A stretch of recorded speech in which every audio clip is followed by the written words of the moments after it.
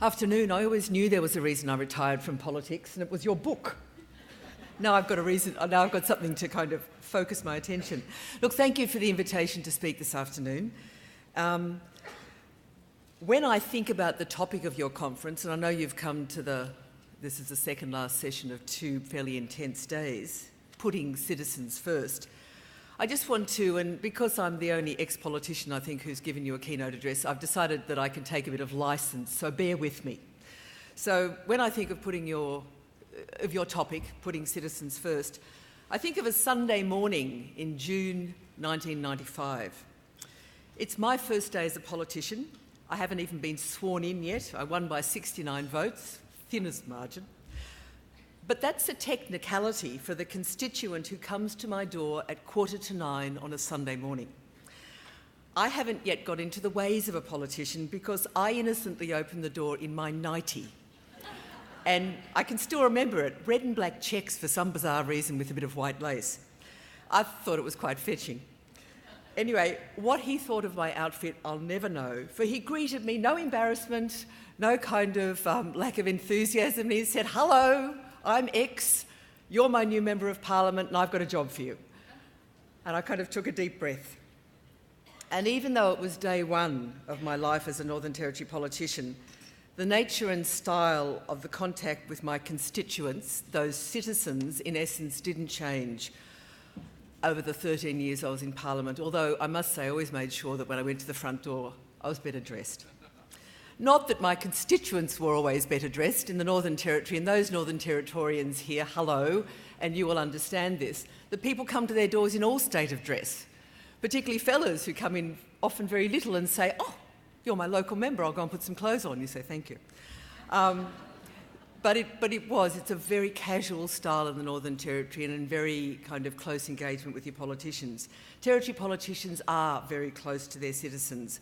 But it's no surprise when you look at the size of the electorates, especially urban ones, and there's an informality that goes with that of the north of the tropics. When I won my electorate of Fanny Bay, I had 4,200 voters. When I left 13 years later, that had grown to 5,000. And over that time, I visited their homes, met their children, their animals, inspected their renovations, and heard often over a coffee or, because it's hot water, their concerns and their reflections on life in the Territory.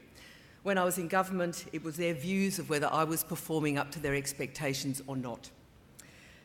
Citizens are inevitably first in the Territory. There's no avoiding them. There's no avoiding them in the aisles of Coles, at the markets, when you go for an early morning walk, at a parent-teacher night or the football, wherever you are, they're the citizens and there's the engagement. Mostly, it works pretty well, although I think my children and my husband might possibly disagree on that.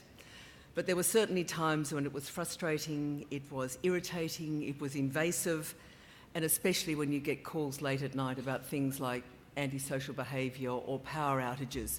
Interesting enough, my children used to rail against those who rang to say the power was out, because they'd say, "Do they think you're an electrician? What are you going to do about it?"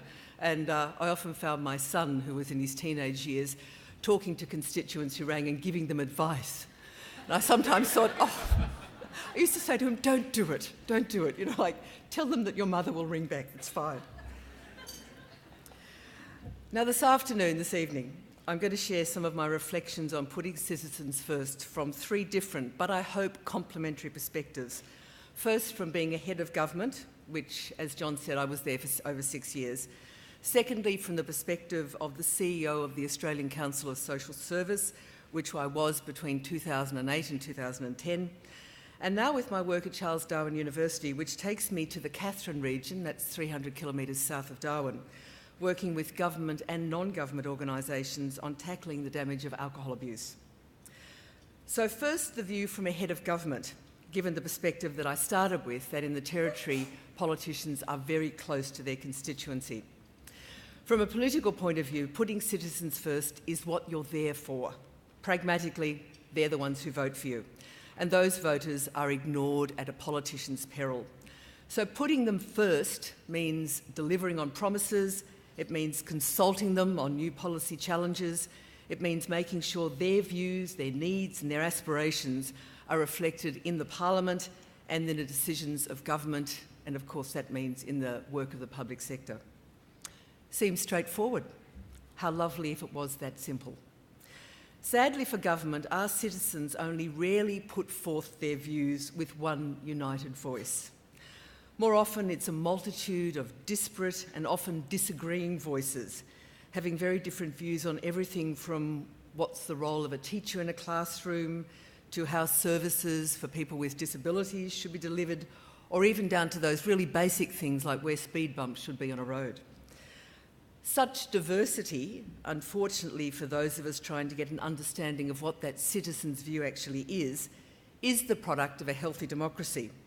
But it is incredibly challenging for those, politicians and public servants, trying to develop well-consulted and effective public policy. Realistically, if the citizen art is to come first, we'll all have to abandon the idea of this beautiful model that's well constructed, a kind of one-size-fits-all model, attractive as that might be, and be much more nimble and flexible in how we engage with the community and in how public policy and service delivery models are developed. Now, you might be thinking at this stage that for my 6 years in government, I rigorously pursued that task of putting citizens first, faithfully engaging the constituency on every and each policy we wanted to make.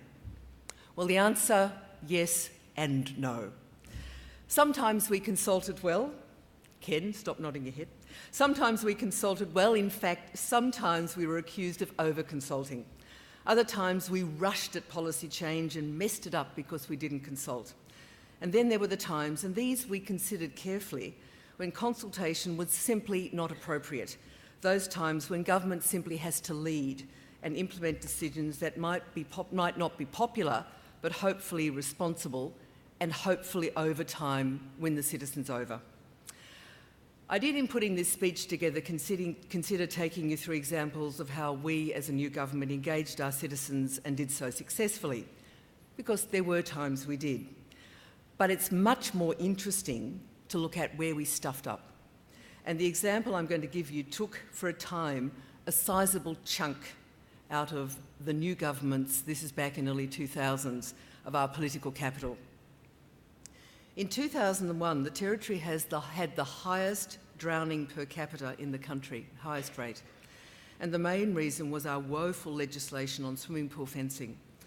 Over many years, there had been much toing and froing between the levels of government about who was responsible for fixing it, partly because fixing it meant government stepping into citizens' backyards, not a winning place for government to be.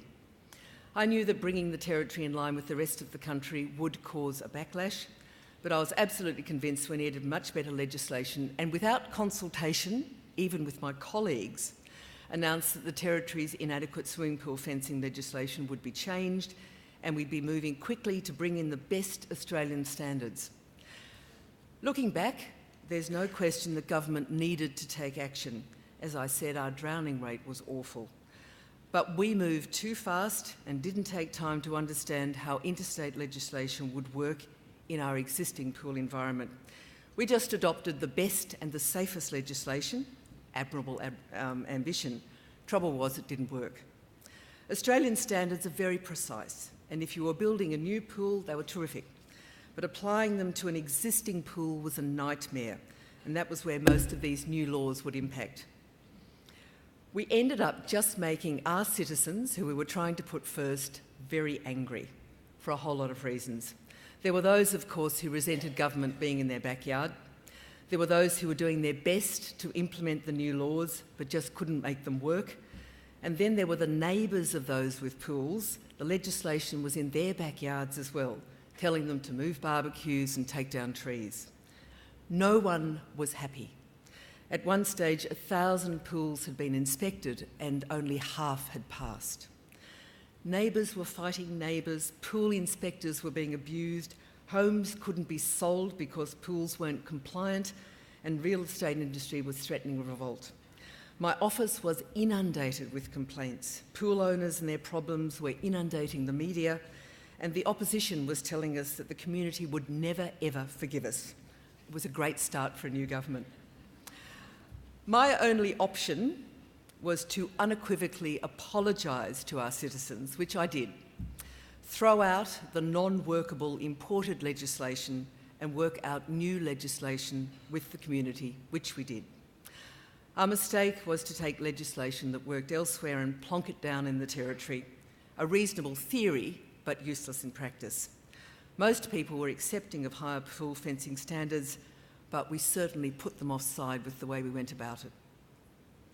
It was painful, but the lesson was learned, and the lesson was don't forget to talk to the community and never forget that you cannot do a one-size-fits-all model. If something works in Tasmania, probably won't work in the Northern Territory, and vice versa.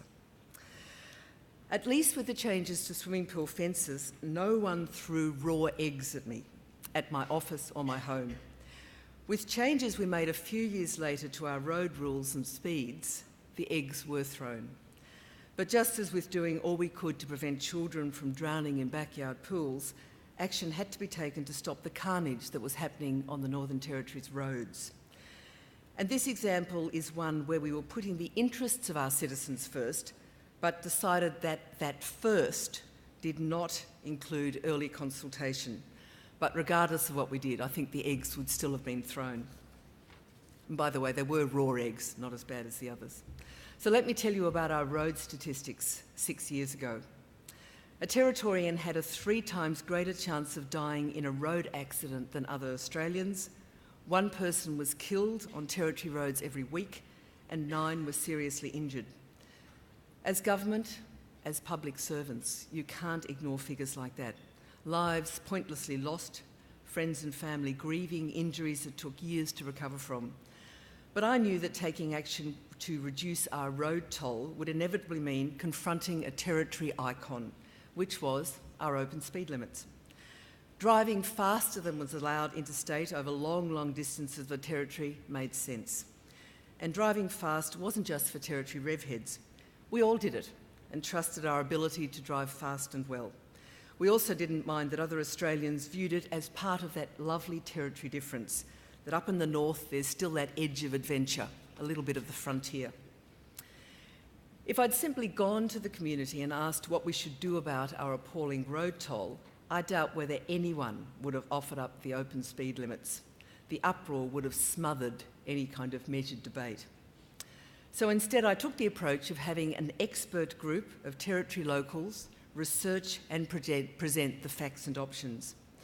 The Road Safety Task Force, a group of Northern Territory public servants, did their work and presented a very grim picture. Territorians were drinking and driving far too much, regularly not wearing seatbelts, and running red lights at a breathtaking rate. The task force presented careful, detailed and well-evidenced work, along with a whole raft of recommendations for change. The much-cherished open speed limits had to go, and demerit points, regularly condemned by letter writers to the Northern Territory News as a southern curse, well, they should be introduced. There were many other recommendations, but those were the 2 that were certainly going to cause the most pain. Now, it's fair to say that Cabinet struggled. Action needed to be taken, but how would we manage the inevitable anger and backlash from our citizen voters? In the end, we compromised a little. Demerit points were introduced only on our most alarming offences like drink driving, not wearing a seatbelt and running red lights. And while we did get rid of the Territory's famous open speed limit, on major roads we left that speed limit just a little faster than in the rest of the country, so you can drive those roads at 130 k's an hour. And yes, there was a backlash. Anger from the wider community about not being consulted, and anger from a very vocal minority, including the opposition, about the extinguishment of that icon of the Territory, the open speed limit. On reflection, I don't think we made a mistake in our approach. Get good evidence, make the changes, and set about saving lives.